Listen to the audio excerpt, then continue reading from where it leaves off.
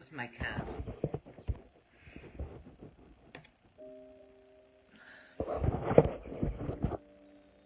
Not starting so well, is it? I'm reading Prelude to the Landing on Planet Earth. I'm at the 3rd chapter now. No, I think I'm at the 4th chapter, entitled EXITS, chapter 4. This is about a journey of a trio through the Middle East in the 70s. We are still at the beginning of this journey, which has not started yet. This is written by STUART HOLROYD, and it was published in 1977. We are here, they had gathered and then they separated again, and Phyllis worked together in Orlando for 2 or 3 weeks, and then went up to Ossining where they were meeting, and they should hold further information, communication in the 2nd week of August, because Phyllis channels the messages from the management. That's my cat, scratching herself. Did he go down? No. Okay, I continue. On his previous trip to Italy, John had chanced to meet in Florence, in a Florence hotel, a filmmaker he had known in California. And they had discussed the possibility of making a film about Assagioli's life and work. So John now returned to Italy to discuss the project with Roberto, as well as to be with Diana. He had been away only 2 weeks, but in that time Roberto seemed to have become much older and frailer. This is Assagioli. He was suffering from severe arthritis and pulmonary trouble, and was in pain nearly all the time. But in spite of this, he engaged in the work of planning the film with much vigor and enthusiasm. John told him all about the most recent communications, and that the management had said he should and could be healed. And Assagioli said he would welcome the healers and cooperate with them in any way possible, just as soon as it could be arranged.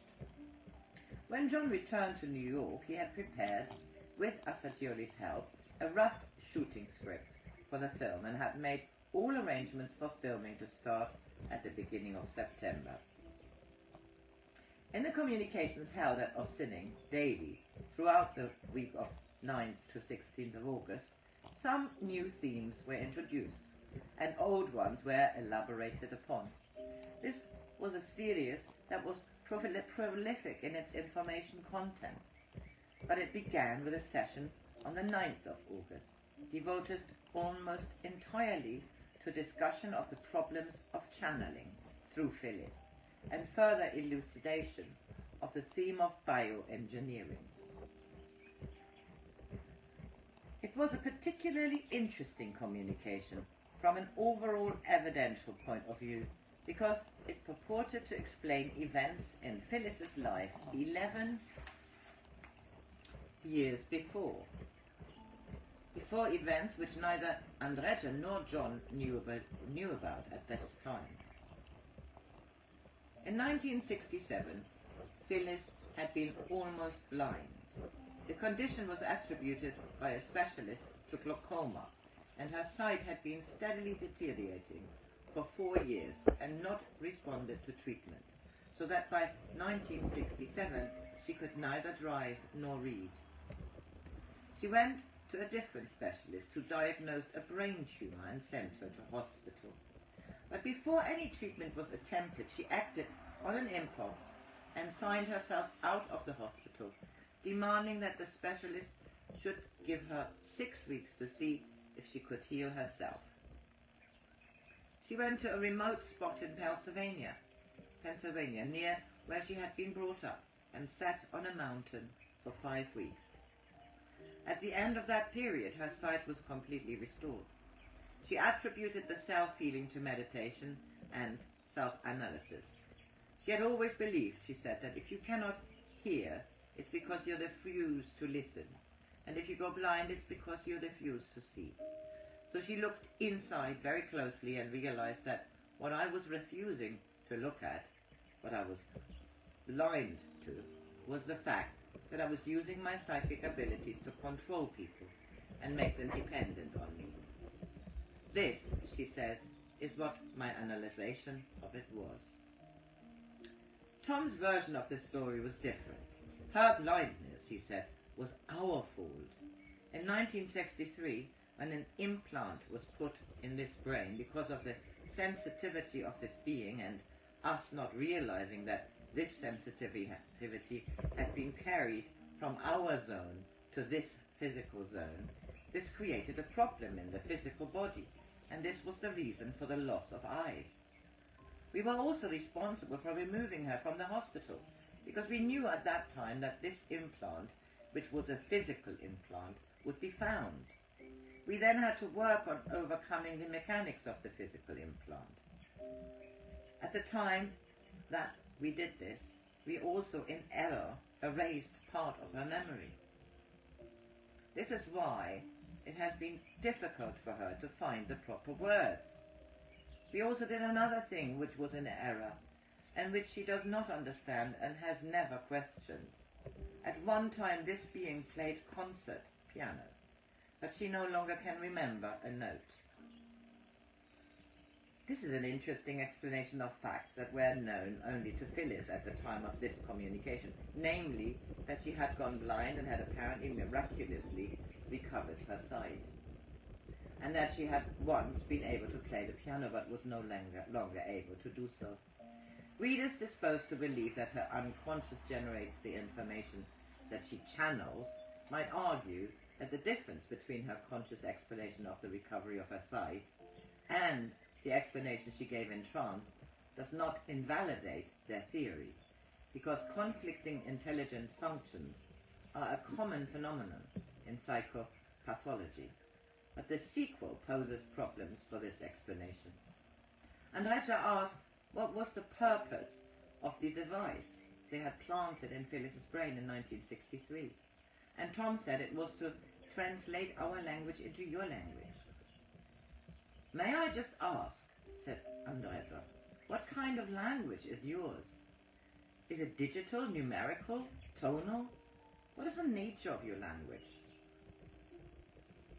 It is truly not any of those, Tom said, although perhaps we would say it would be more tonal than anything else you would understand. And what is the frequency range you would operate in, tonally? Andrija asked. It would be 98.6 in your terms, Tom said. We have different terms, Andrija said. Does that mean cycles per second? Hertz, kilohertz, megahertz, or what? I will verify this, said Tom, and after a long pause continued. It is something beyond your knowledge, but they tell me it would be closer to megacycles. Oh, okay, I understand this, Andrija said. So your implant was to step down your high-frequency language to our very low audio frequency, to transpose your values to our values. Is this the means you are using right now to communicate with us? Tom confirmed that it was, that the implant was functioning, but that they had not been able to fully rectify their error of erasing part of Phyllis's memory, which was why they often had difficulty in finding the right words for their communications. Perhaps Phyllis's use of the word analyzation instead of analysis in her explanation quoted above of how she recovered her sight may be an example of the kind of difficulty they encountered. That Andrija was at home discussing electronics with Tom came as no surprise, for in the past he had invented an electronic healing device about which I will have more to say later. He now asked whether this instrument would be of any help in Phyllis's case. I must verify this, Tom said, and after pausing to do so went on.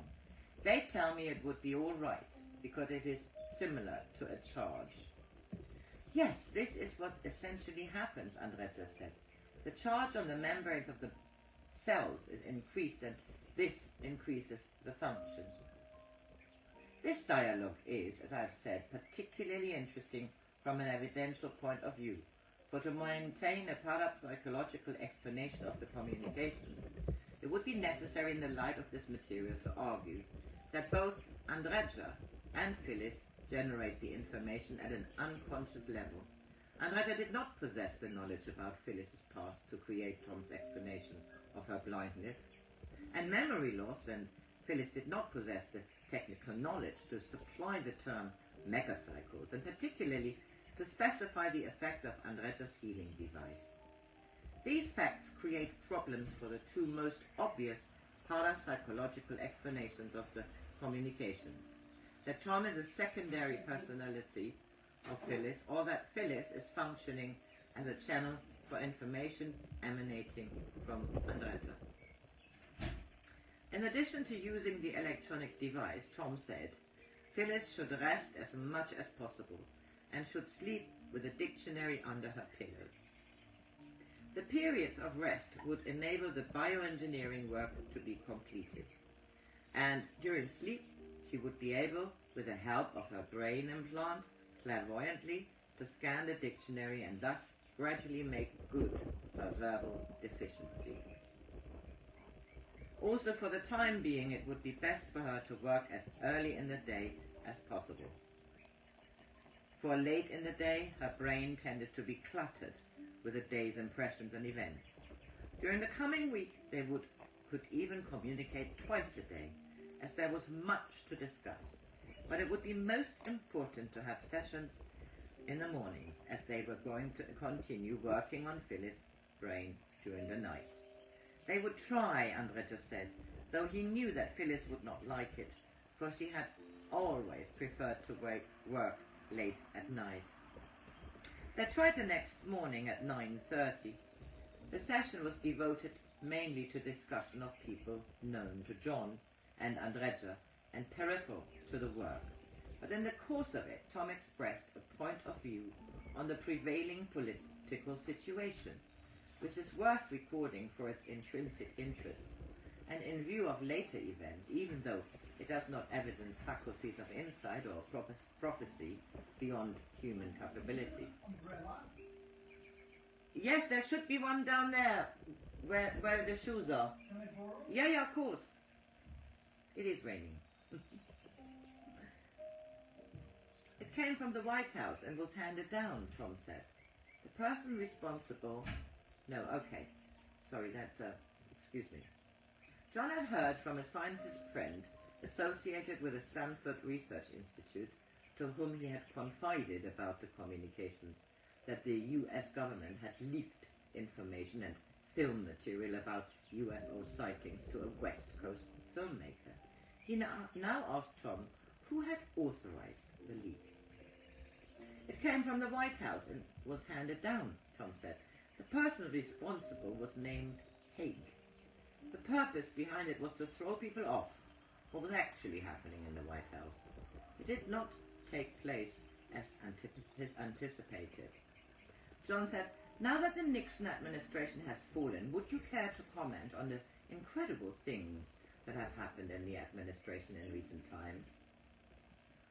Tom replied with an interesting cosmic view of the squalid Watergate affair. Before this world may evolve to the highest level of consciousness in which it was meant to be, it had to go below the pit. When I speak of this world, you understand that this nation of the United States is a symbol of the world. And when I speak of below the pit, I mean it had to go deeper. It had to be purged completely in order for us to start evolving the entire world. In this context, John said, I've heard it said that Rome is used symbolically in the Bible to mean America, and the leader of Rome was therefore the Antichrist. Is the Antichrist the collective administration of America? It is the collective administration of your world, Tom answered. In the biblical symbology, Rome represents all the big nations of this planet. They will now all fall. there will be purging of all the governments. In the American government, we now have President Ford, and a lot of people feel that he is rather weak and ineffective. Have you any comments to make about that? John said. The situation is not completely at rest, Tom replied. There are going to be more scandals. Ford will not be able to be touched, but because of his weakness, there will be scandals around him. At the time of this writing, Ford had left office completely. Ford has left office, having completed his term, and although numerous scandals surrounded his administration, he personally was quite untouched by them.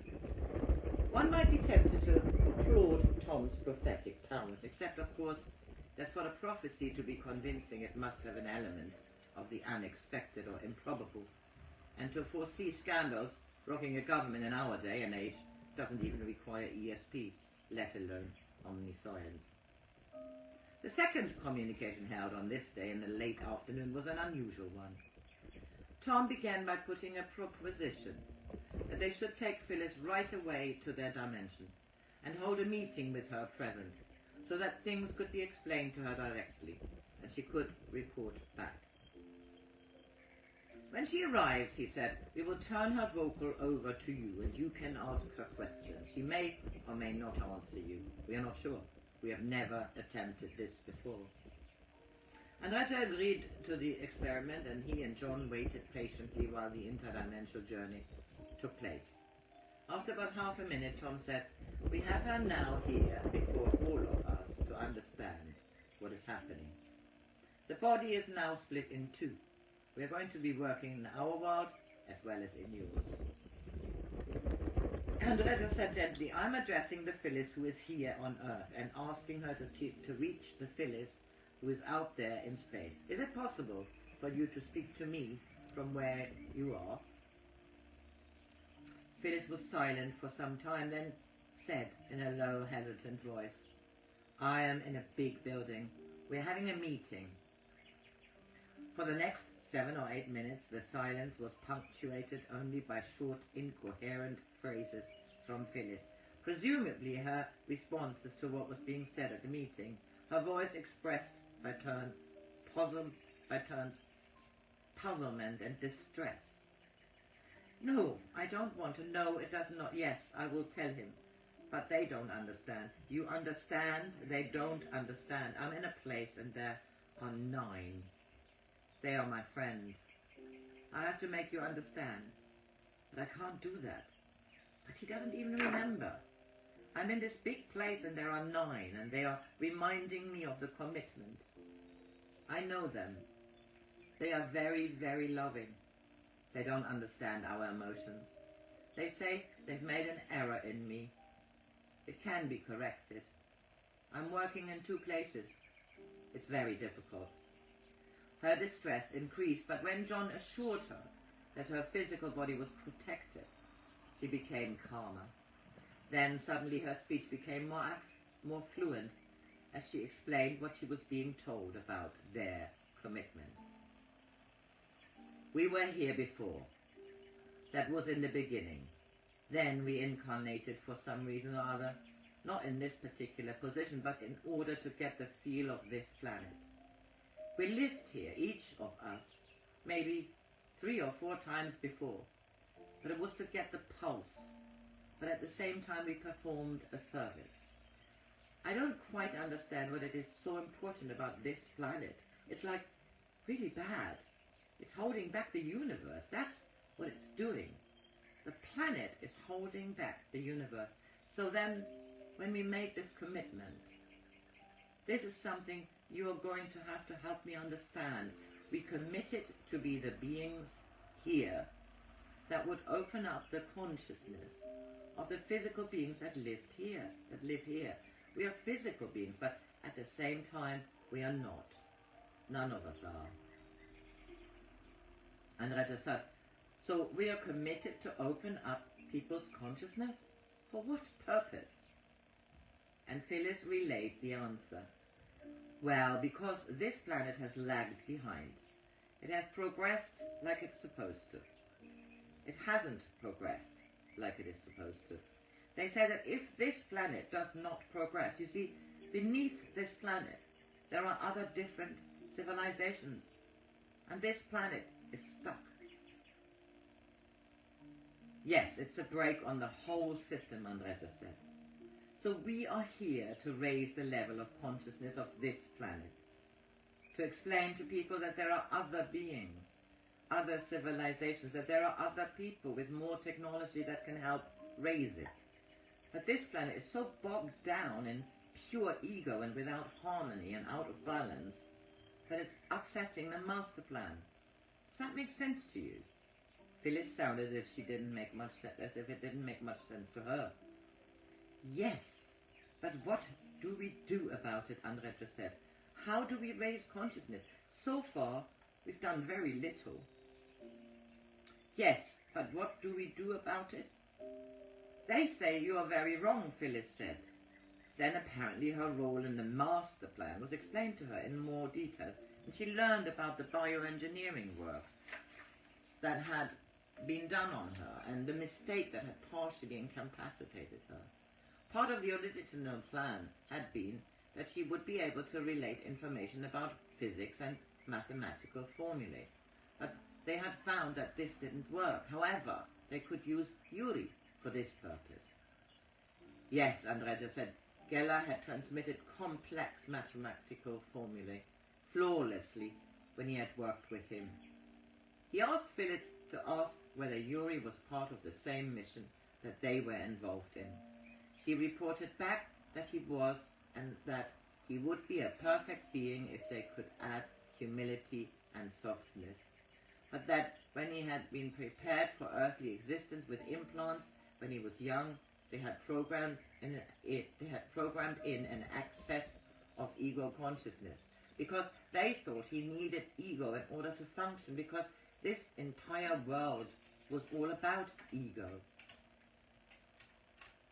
His testing time, Phyllis learned, would come in the following January-February period, and after that he might come back into service. Wait a minute now, I have to go somewhere, Phyllis said suddenly, and after some time she said in her trance voice, This is Tom. We have taken the being away to explain to her. Welcome back, Tom, Andrija said, and there followed about 15 minutes of normal communication on a variety of topics. In the course of this, there occurred a brief and amusing exchange, which nicely illustrates the difficulties the communicators have in finding appropriate terminology in Phyllis's brain. Andrija said, May I be so bored as to ask for some characterization of the 9 beings that Phyllis went and talked to? Who are they in our simple language? He was particularly interested in this information because of his previous communication with the 9 through Dr. Vinod.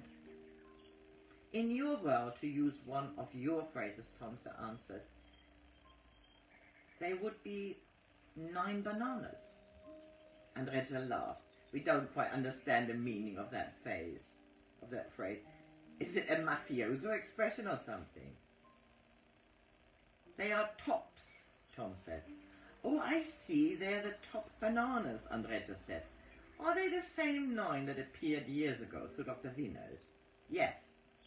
When Phyllis returned to her physical body and came out of trance, she was exuberant and eager to express the new understanding she had acquired through her conference with the 9 beings who, she thought, were a kind of cosmic governing council.